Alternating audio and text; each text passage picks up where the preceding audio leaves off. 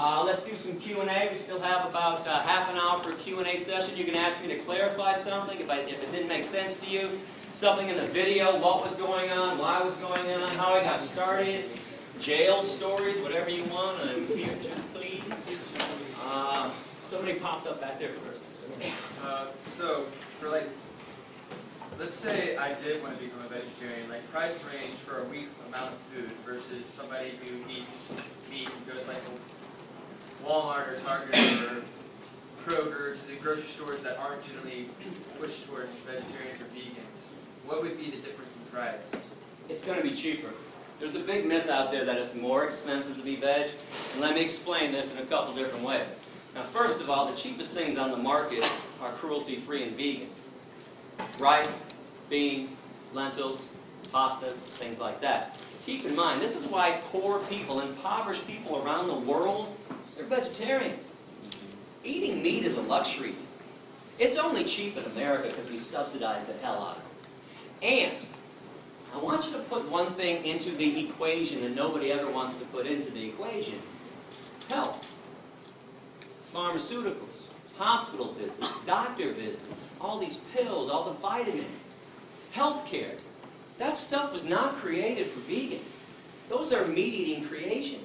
I'm about to turn 40 in August. I have no healthcare. I take no vitamins. I see no doctor. I don't need to. I eat properly and I exercise. So if you put health into the equation, meat eating is the most expensive diet out there for sure. Also keep in mind, if you do buy processed foods, vegan or non-vegan, you always pay a little extra. If you pay Turtle Island Foods to make you a tofurkey, if you pay Lean Cuisine to make you some kind of meat dish, it's a little more pricier because somebody did it for you. So you can also, if you're really good in the kitchen, make this stuff on your own. I got a recipe section online. I also have a restaurant section and a grocery section too. So you can always look up that stuff. You can contact me, ask me, how do I make this favorite recipe of yours? I will track it down. My girlfriend too is a wonderful chef as well. So keep all those things into the equation. Let me say one more too. If you eat out, whether you eat meat or you're vegan, it's always a little more pricier too. So don't blame it on, I went to this vegan restaurant and it was pricey. Outback Steakhouse isn't so cheap either. And Longhorn Steakhouse and all these other places too. And if you eat out at restaurants, places like Subway, their veggie sub, when they're not doing their $5 special, the veggie sub is always the cheapest thing on their menu on Italian bread and it's vegan. If you go to Taco Bell, get a bean burrito without the cheese, you want to talk about dirt cheap, 99 cents. And I bring this up because students try to do this with me all the time. Gary, I understand what you're saying, but I'm broke. I'm a college student, only got $1, gotta go to McDonald's. Well, you can do the same nasty shit at Taco Bell too, okay? And I say nasty shit because if you eat at McDonald's, don't tell me you're eating for taste. Yes, sir? So how do you get the same meat taste for a vegan meal without using meat? Yeah, if you use the right combinations of vegetables and spices, you'd be amazed what you can mimic. For instance, there's a lot of mock fish that's out there. I was talked about the shrimp from that company. If you go to a website called Veggie World, V-E-G-I-E, 1G, veggieworld.com, they got fake lobster, they got cod, they got salmon, any fish product you're looking for, they use seaweed.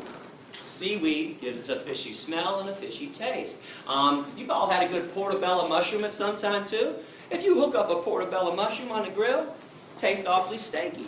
So they use mushrooms when they want to get a beef flavor too. The woman that runs my recipe section, Amy Ball, one of the best chefs that nobody knows about. I was passing through San Francisco a few years ago, and one of my perks for traveling is that I get to eat all over the country, and I know what's vegan, what's out there, so I stopped by her house, and she says, you want a vegan hard-boiled egg here? Actually, she didn't say vegan. You want a hard-boiled egg? I said, are you kidding me? You got a vegan hard-boiled egg? What do you mean? There are no vegan hard-boiled eggs. She goes, I got one for you. She takes an avocado, slices it in half, takes half of it out. Think of an avocado. Think of a yolk that's been hard-boiled. The same texture. One's yellow, one's green. She takes the avocado, puts it on some vegan mashed potatoes that she made with hemp milk or rice milk, whatever her vegan milk of the day was, that mimicked the outside softness of the egg. She puts 2 dashes of salt on there and goes, take a bite. Holy shit. Vegan hard-boiled egg. So if you get really creative people in the kitchen, there are a lot of creative chefs out there, they can make anything taste like something else. So that's what they're doing. No chemicals. No chemicals. Yes? Some of these meat-alike foods, do they have to go to extra lengths, like add a lot of sodium or corn syrup? There's sodium in there for sure. Absolutely. And, you know, salt is something that gives things a lot of taste, so you might have to look out if you want to watch your sodium. But I don't want people to be concerned about sodium before you're concerned about animal protein, cholesterol, saturated fat, all the other things. It's kind of pointless. It's kind of like somebody smoking a cigarette in my face and going, "Hey, Gary, you should really smoke that weed." I'm like, what are you talking about? If you're doing something unhealthy, what's the point of trying to keep away something else that might be unhealthy for you? Yeah. From what I understand, the basic concept of veganism is not to exploit or harm living beings, right? Everything from, say, cows to even yeast. But what about, say, if you have to deal with parasites, bacterial infections, diseases from that? How do you go about treating yourself? Yeah, self-defense is an acceptable form of protecting yourself. That's understandable, but say as a doctor in your profession, you have to go in there and you have to kill living beings. Kill what? Bacteria? Yeah. So are you founder of People for the Ethical Treatment of Bacteria? The only thing that bothers me when this is brought up is that you want to equate cows in the same level as parasites Oh and no, bacteria. I'm equating bacteria and yeast together. Okay, but do bacteria harm you most of the time? When they do, they're harmful. You have a right to defend yourself and kill something that's harming you. Now let me explain this in a different way. If you and I were walking through the woods and a bear attacked you and jumped on you, do you really think I'd be like, "Oh, too bad, I'm vegan, man"? Okay, I would beat the shit, or try to beat the shit out of the bear and get him off you. This is self-defense. You were attacked. But if some human jumped on you for no reason, I'd also protect you too. If bacteria are killing you and destroying your body, you have a right to destroy the bacteria that's trying to destroy you. Keep in mind, cows do not attack us. Chickens have never attacked a human being in history. Something else I'm kind of curious about, how come we think we're better than chickens when we kill 35 to 40 billion chickens every year on this planet? We've been doing this for thousands of years. How is the murderer more special than the murdered? How is the oppressor better than the oppressed? We got this stuff backwards. We're not better than them. We're the ones attacking them. That makes us less important. That makes us worse. That makes us evil. Yes, sir. So, say the world population is at 8 billion now, and at least most of the United States is considered meat eaters, right? So, with only a certain portion of the world being devoted to farmland or, places we can grow food, it just seems to me that if most of the world went vegan, then it would, I know your quote on the 65% of the grain goes to meat products, but how would we support ourselves without meat products, I guess is what I'm trying to say, or eggs, or... Easily and wonderfully. Let me throw out some other stats. 95% of soy in America, that's animal feed. 80% of corn in America, animal feed. 70% of oats in America, that's animal feed. If we ate the stuff directly, do you know that 1 acre of land can yield 30,000 pounds of carrots, 40,000 pounds of potatoes, and 50,000 pounds of tomatoes? 1 acre of land can only give you 250 pounds of meat. Okay, we would be using less land, destroying less habitat if we just ate crops directly. Please go to the environment section on my website or go to a website called earthsave.org. Everybody gets fed. Here, let me throw this out there. Do you know the world's largest Feed the Hungry organization is called Food for Life Global? Please look them up online. When I found out about this group that solely uses vegetarian and vegan food to feed people 2 million meals per day, I found out about them about 10 years ago. I also found the second largest group on the planet doing Feed the Hungry stuff is Plenty. Plenty.org is their website. Both are vegetarian groups. Now, I sent a letter to both presidents saying, "Oh my God, this is wonderful. Finally, somebody realized you don't have to harm animals to help people."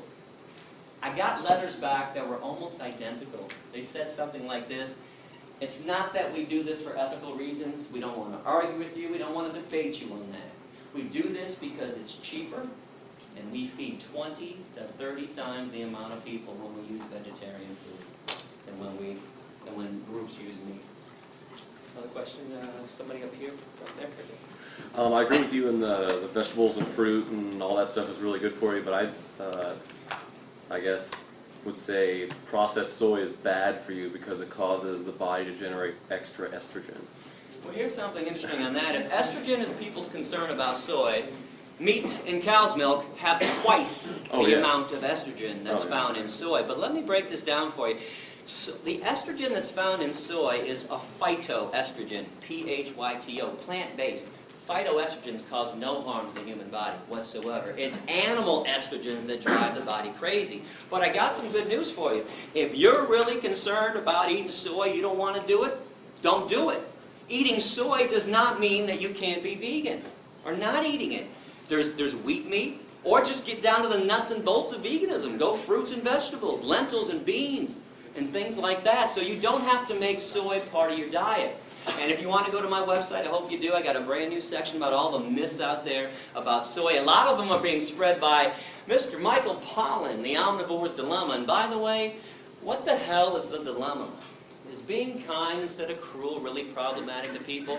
Michael Pollan, by the way, is a hunter, is an unpaid spokesman for the meat and dairy industries. Please do not go listening to the Food Incorporated movie or to his Omnivore's Dilemma book. He's nothing but Ted Nugent light. I was just wondering if you only bought products made in the U.S. because you're advocating like cruelty-free, but then what about like cruelty to other people in sweatshops? Do you only buy American? Oh yeah, nowadays you can look at the tag, and it's from Hemptown. I buy my stuff from vegan companies that pay a fair wage, and yeah, I don't do the Target stuff anymore, the Kohl's or anything like that. There are a lot of other issues to be concerned about, and I'm glad that this is brought up. But let's keep in mind the main form of cruelty on the planet is what we do to the animals. But please get involved in other issues like avoiding sweatshops, trying to buy locally and all that stuff. Do you find that it's affordable to buy? You know, I got 3 of these shirts. I just ordered them. They were $9 each, and they were dirt cheap too. It's not as difficult as people think to live ethically. It only seems that way because we're used to the other way of not caring about where products come from, not caring about what happens to other animals and to other human beings. What country were you kicked out of? Canada kicked me out first in 1999. This happened because in 1997 I decided I wanted to do more than just be vegan. I wanted to actually free animals who were being held captive. So I went to a mink concentration camp, a fur farm for animals, the Ebert's Fur Farm in Blenheim, Ontario. Now, I'm from Michigan, so Canada's right across, half an hour, 45 minutes away. So I went to this farm and I opened up the cages for 1,542 mink. Now, mink in the fur industry are killed 2 ways. One, they have their necks manually broken. They take them out of a cage and snap their neck against somebody's knee, or they gas them. Back to the concentration camp stuff. Now, things went badly that evening. I was arrested, and quickly 540 mink actually escaped that night. Poles were cut in the perimeter fence. There was a little dirt road. And then there were 600 acres of forest. That's all they had to do was get across the street, find the way out. Unfortunately, 1,000 mink never made it off the grounds. For that, they were doomed. All I can give them or anyone else would be a chance to be free. I mean, let's face it, if you were all being held in captivity, you were going to have your neck snapped, your skin ripped off your body so somebody else could make a pair of slippers. You'd all be going, man, I hope Gary's coming by tonight. Open up this damn cage, give me a chance. So I got arrested that night. I was put in maximum security, by the way. I was given a 6-month sentence. I did 77 days before they deported me and threw me out, made me persona non grata. And let me just tell you a quick little story, too. While I was in jail, I was with some pretty bad people, child molesters, rapists, murderers, people who tried to stab people. They were trying to teach me a lesson. They put me in one of the worst places around. So they put me in the unit on day 1, kind of a holding unit before they moved me to my unit. And there's a TV set on in the corner.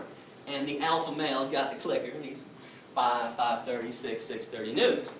Lead story in Canada that night. International terrorist Gary YOUROFSKY sent to jail tonight. Gary YOUROFSKY, international terrorist, sent to jail. I got international terrorist with every mention of my name. I'm from Michigan. It's Canada. I am now the local. So, I don't know anybody on day 1. I'm standing in the back of the cell, and they're all huddled around the TV. And they finally realize I'm in there with them. One guy's kind of standing like this, and he's looking around. Hey, that's the guy back there.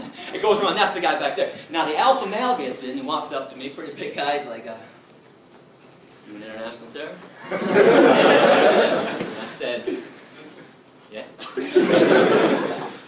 So that's fine, man, you don't look like an international terror. I said, maybe it's because I'm the exact opposite of one. Here's what I did. I freed some mink. They're going to have their necks broken. Now, the first thing he said to me, I preached a lot in jail, first thing everybody said to me was, what the hell's a mink? It's like a big ferret. It's an rodent thing. And the next thing that was always said to me, this is not verbatim, but the intonation is verbatim. It went something like this. Wait a second. They put you in here with us? Because you freed some rats? And the emphasis was always on us. They knew they were back with us? I said, no, they put me in here with you because I also caused $2.1 million in damage to the mink farm and put the guy out of business permanently to this day, and we don't tolerate economic sabotage in our society. One more thing I want you to think about. When they first arrested me, they refused to give me bail. They thought I was going to bail out, go back to Michigan, and there's no extradition for mink liberation. So I had a 10-day bail hearing. I bring this up because I challenge anyone in this room. Find me a 10-day bail hearing for a rapist, a murderer, or a child molester. Won't do it, but the mink liberator gets 10 days. Now, on day 10, my attorney, Steve Rogan, found out that the same exact judge, Elaine Babcock, that had been denying me bail for 10 days, had just given a man from Michigan, 3 weeks earlier, $1,000 bail, second-degree criminal sexual conduct. Now, you know how judges can get when they don't want to hear something in their courtroom. Boy, she goes flush red, top of her voice. She goes, Steve, don't you dare bring that up in my courtroom. That's got nothing to do with this case, and you damn well know it. Now, I'm sitting over in the defendant's box. I can't talk to my attorney now. He's pacing, but in my head I'm going like, don't back down, don't back down, don't back down. So he's pacing and pacing. I'm like, come on, Steve. And 30 seconds later, he turns and he says, you know what, Your Honor? It's got everything to do with this case. My client tried to stop cruelty. And he wants to go to jail at this point and make a statement on behalf of the animals. You gave that guy from Michigan bail for sexually assaulting a woman, and you won't give my client bail? She looks at me for the first time in 10 days. And I was like, $10,000 bail. Now, agree or disagree with law breaking, and I hope you understand, everybody that we all collectively admire, Dr. King, Gandhi, Rosa Parks, Henry David Thoreau, Jesus, we're all radical lawbreakers. Every single person on this planet that ever made substantive change was a radical lawbreaker. Even if for some reason you don't think that I should be breaking laws or that people should break laws, you can't tell me it should cost $1,000 to sexually assault a woman for bail and $10,000 to free some rats. Bottom line on this, sexually assaulting a woman doesn't affect the economy. And we just don't care about things that don't affect the root of all evil. Money. Question? A, what got you started, and B, what's the tattoo? Tattoo is me with a mask on holding a bunny rabbit, and it says Presto et Persto, which is Latin for I stand in front and I stand firm, and it says ALF, Animal Liberation Front, which is a group that goes around, there's no membership, but anybody that goes around and liberates an animal or destroys a place of torture is considered an ALF member. What got me started was my stepdad is a clown in the Shrine Circus. Takes me backstage when I'm 23, and mind you, I got my blinders on too. I could care less about animals besides the dogs that are in my life, or if a chipmunk runs by me, I'm like, hey, look at a chipmunk. Right? But I'm like everybody else. I'm eating dead animals. I could care less about cows and pigs and what they're going through. And he invites me backstage and says, you want to come see the elephants? I'm like, hell yeah, I want to see the elephants. Are you kidding me? Can I bring Wendy with me too? My girlfriend at the time. I said, yeah, bring Wendy down. So Wendy and I go backstage. We're excited. We're like playfully pushing each other like, I'm first. We get back there and we just stop dead in our tracks. When you see cruelty in front of your face, you don't need somebody to explain it to you. I knew what I was seeing was evil.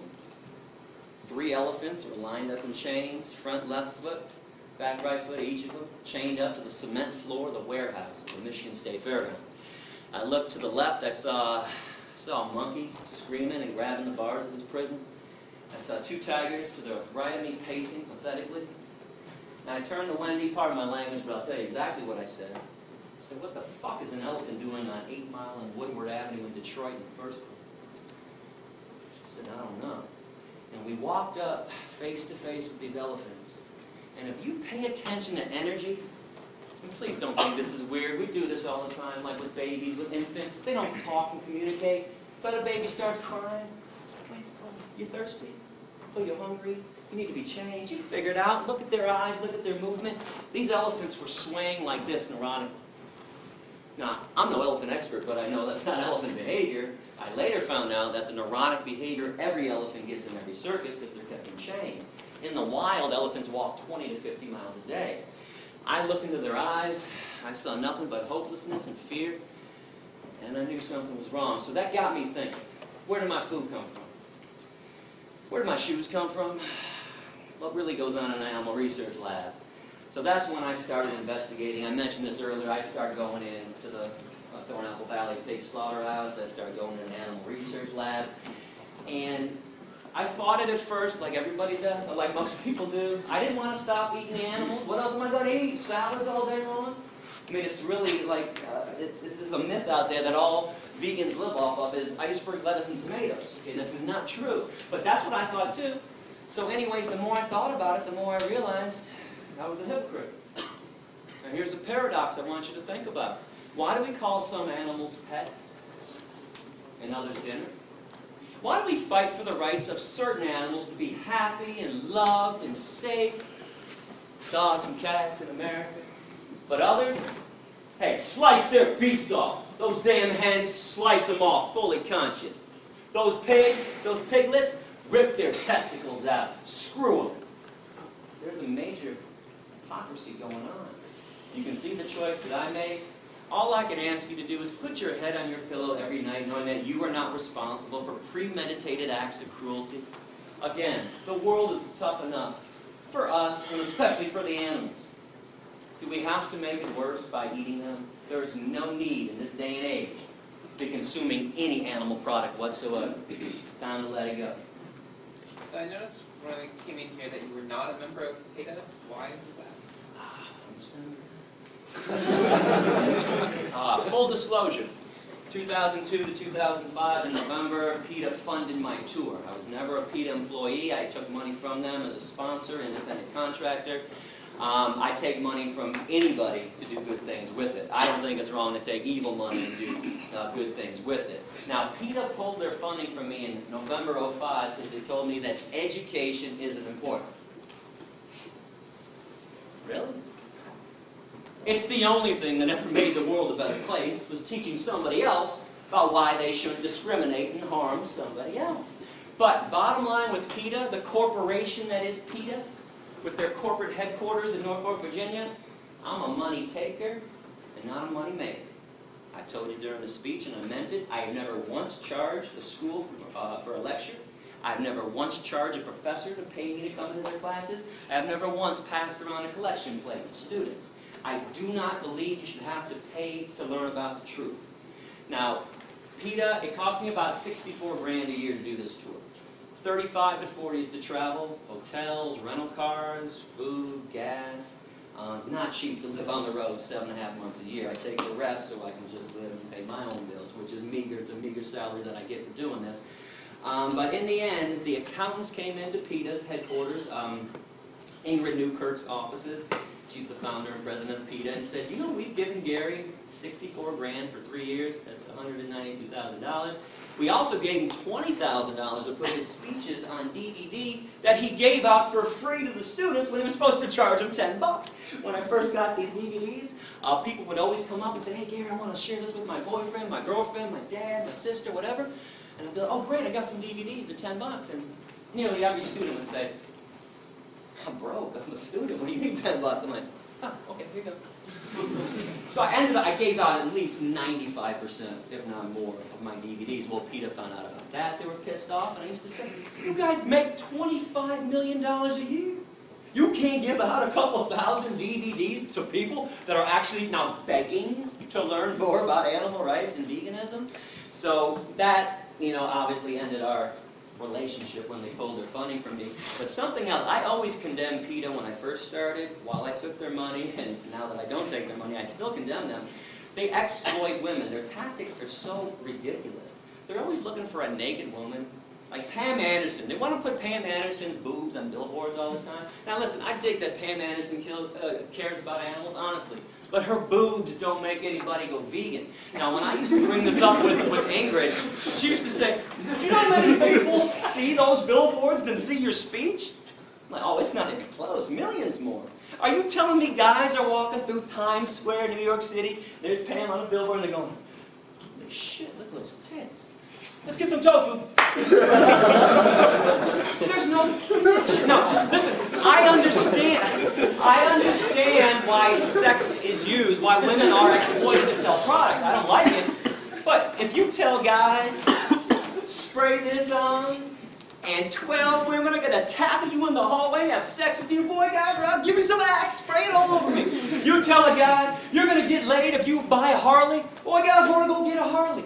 But you show Pam Anderson's boobs, nothing. In, out. Doesn't do anything. And there's a lot more horrible things going on in PETA. I actually have an essay on my website. If you click on other animal rights issues, I have an essay entitled, What's Wrong with PETA? And What's Wrong with the Humane Society of the U.S., which is nothing but an animal welfare group that doesn't want to see the free animals at all. Let's go here and we'll go back there. You mentioned the pet thing earlier. How do you feel about if you have pets that are carnivores and feeding them meat? Bad idea. Now, let me preface this. I do not challenge anybody's love for their dog or cat. If you're a sane person, sane people who have dogs and cats treat them like family members, unlike Michael Vick. But you brought up a major problem with them. Now, number one is they're carnivores. Now, this means we have to enslave and kill more cows, pigs, chickens, turkeys, and fish to feed the dogs and cats that we like more than the cows and the pigs. Now, hear me on this. I don't care what carnivores do on their own in the wild. Could care. I got the Planet Life series, Planet Earth series. I watched the National Geographic. I can watch a lion tear up a zebra to pieces. Doesn't bother me. But we have no business killing on their behalf. And I'll explain this in a simple way. Who's got a cat? Somebody's got to have a cat in front of somebody? Did you ever go outside and kill birds for your cat? No, it brings some back. Thank you. Cat does it on his own. Nobody kills a bird for their cat. But you pay people at the slaughterhouse to kill birds for science diet, ions, and all the other pet food. Just like we pay people to kill chickens and pigs for us, because most people can't shove a knife into somebody else's throat. So, bad idea to have carnivorous pets. Now, good news, in this day and age, there's vegan dog food and cat food. Now, with this being said, I am not here to turn your dogs and cats into vegan. I did not get kicked out of 5 countries. By the way, the other 4 countries somebody had were England, Northern Ireland, Wales, and Scotland. Even though I never set foot on their land ever, they preemptively threw me out because they didn't like my essays. But I did not get arrested 13 times to turn your dogs and cats into vegans. But if you knew what was in dog food and cat food, let me mention the other problem with having dogs and cats: we overbreed them. Every year we murder 5 to 10 million dogs and cats in our shelters every year. These are now slaughterhouses. So there needs to be a moratorium too until every cage is empty. But those 5 to 10 million dogs and cats in shelters that we kill every year, raise your hand if you think they end up in a landfill. Wrong. Once a week, the rendering truck comes around, picks them all up and grinds them up and sells them to Science Diet, Alpo, and Iams, and all the pet food companies. So we're making our dogs and cats cannibals, and they don't even eat real meat that they would normally eat. I never talked about chemicals in all the animals that people eat. This is for you too. This is a whole nother issue on the side that I'm more focused about ethics and stuff. Okay, but they eat chemically laced meat. They eat what's left on the slaughterhouse floor, things that we don't eat. Every time there's a meat recall or a spinach recall for E. coli, you don't think that stuff ends up in landfills, do you? Science Diet, Alpo, and Iams. So this is why the vegan food is better for them. Now I want to show you something real quick. Actually, I knew this was going to happen this summer. I have never shown this before, but My dog Rex passed away in 2004. He was 15 years old. And Rex was a vegan for the last 9 years of his life. Nature's Recipe vegan dog food formula. Don't tell me Rex doesn't look wonderful, because he does. Because when I traveled with him, and he came with me a lot on the road, I took him to vets when I had to. Every vet freaked out and said, "Oh my God, you can't make your dog a vegan, Gary, because you're a vegan, he's a carnivore." I'm like, "Go ahead, do some blood work on him." They'd all do blood work, call me 3 or 4 days later and say, "Mr. YOUROFSKY, all the vets from the back room right now, we are astonished. Your dog is in the most amazing health we've ever seen." I said, "Yeah, that's because my dog doesn't eat garbage." And when I say the garbage too, when I was at Thornapple Valley for 6 weeks, every day I saw a truck pull into the lot. The side of the truck said, "Meat not fit for human consumption." I watched the truck go into the alleyway every day, took 3 garbage bins and dumped them out. The garbage bins. Right off to the pet food companies. Wasn't hard to track that down. So this is why that vegan stuff is better. Now the vegan cat food, by the way, is not on the market. You've got to go online. I think vegancats.com or evolution.com. But vegan dog food is at every pet food store that I've seen. It's called Nature's Recipe. Question? Oh, I'm sorry. See, we're out of time. You know what? Thank you very much for listening. I appreciate it.